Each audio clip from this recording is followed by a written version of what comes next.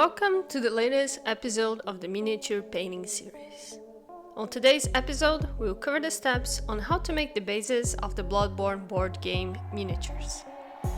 The techniques that you see today can be applied to any other board game. I just chose this one because it's the next on my list of miniatures to paint, and I know a lot of people on the channel is excited about it.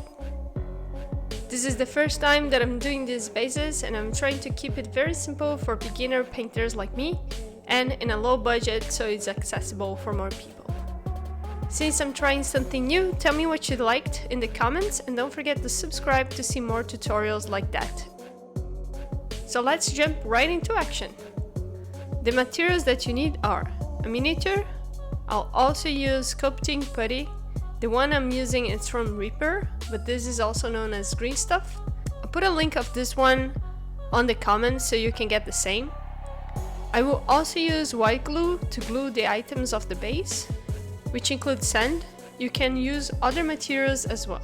About this nice pack from Board Gaming, I'll also leave the links in the comments. I'll probably try using small rocks here and there for the Bloodborne bases too. So here is all the material that you need, and I almost forgot, the hobby knife is very useful too. Let's start by mixing the putty. It comes in a strip of two colors, usually yellow and blue, hence the name green stuff, and you can take some of it and mix together. That mix will result in the putty getting rigid with time. It takes a while to get there, usually overnight is good enough. We'll use this for our cobblestone rocks. I've seen that in other tutorials people remove the bases before starting, which is called debasing, and once they're done they glue the mini on the top. I didn't want to do that for the first time because I didn't want to ruin my Bloodborne mini, so I might try that in the future with another game once I feel brave enough to destroy my bases. So you can see it's already getting green, so I will make some small balls, and that will be the base of the rocks.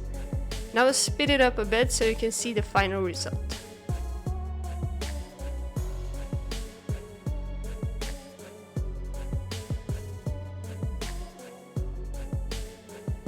Now that I have my final cobblestones, we will now stick them to the base, creating the stone floor pattern. I'm placing them on half of the base so the stone meets the dirt ground that we'll do after. I place one stone next to the other, and it looks cool if they have different shapes, and I press them enough to stick to the base, but not that much so it becomes a flat surface. I still want to have the elevation of the rocks.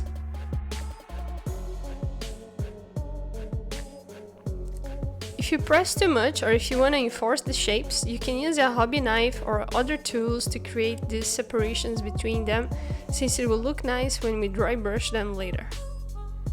We'll add some texture next.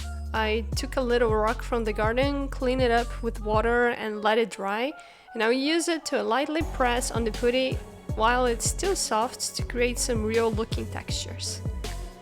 And then again, if you press too strongly or if the rocks get stuck together, you can use a hobby knife to detail the shapes again. This is the result that I got, and I'm pretty happy with it, so I'll let it dry to continue the rest of the base. Here it is on the next day. For reference, some of the miniatures I put part on the front, some just a bit on the sides, and others I tried to do a full cobblestone base. So we'll see how it will look like in the end. I basically did that for all the hunters and all the miniatures of the game. I'll try to do something like that.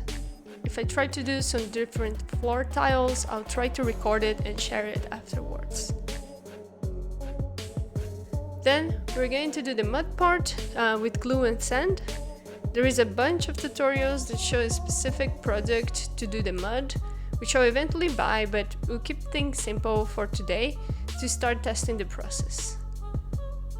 I apply a bit of the glue on the base, and I use an old school-like brush to spread it on the base, taking care not to go over the rocks. I try to keep it plain, but if some parts have less glue than others, it's okay because it creates some depth for the terrain. Then we'll get some sand and sprinkle on the miniature, and notice that I placed a sheet of paper under the miniature so I can get the rest of the unused sand to use it later. I gently knock the excess as I place it, and I also clean the sizes of the bases with my hands so it stays clean when it dries. You can see how the other minis are while they are drying. These are the minis that I've done so far, and for the next step we will prime all of that once they are dry. I have a video on priming that you can check after, but just so you know, I use Vallejo's matte black. One note though, I regretted priming the Ludwig's Holy Blade with black, so do that one in white and it will save you some time afterwards. You can see the primer sticks to the sand, creating the texture we want. So let's start painting the rocks. For that, I will use Mechanicus Standard Grey. Now we'll do that for all the cobblestone bases. Now that all rocks are painted, we'll go over to the next step to paint the base of the dirt ground, and for that I'll use Catacomb Flesh.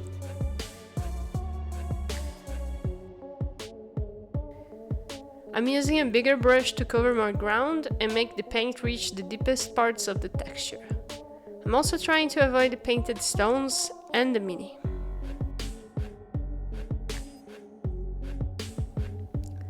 Once this dries, we'll take Hinox hide to darken the dirt and create these spots that look wet.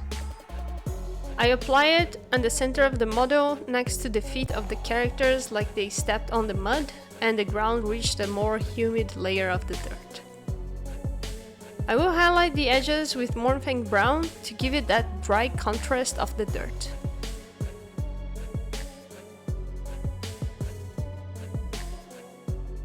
Then I'll use Downstone to start giving the cobblestones some texture. We'll dry brush this color on the stones to contrast with the dark gray. Clean up the excess paint in a paper towel and dry brush the dry paint on the cobblestone.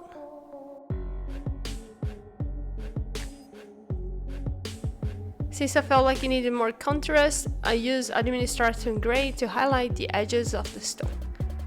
I took a fine brush to make these details appear.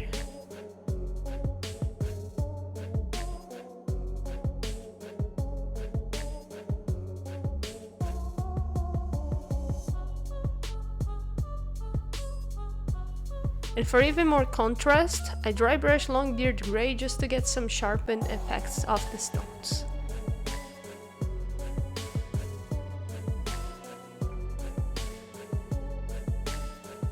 I shaded the stones with no oil, just so the grooves of the stone had a better contrast with the rest.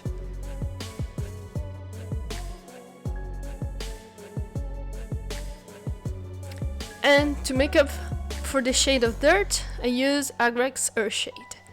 I apply more on the center than on the sides to accompany the Hinox hide color and let it all dry. And this is how the bases ended up. Stay tuned for next Bloodborne board game painting tutorials, and don't forget to hit the bell button to know when the next episode is up. Thanks for being here and see you next time.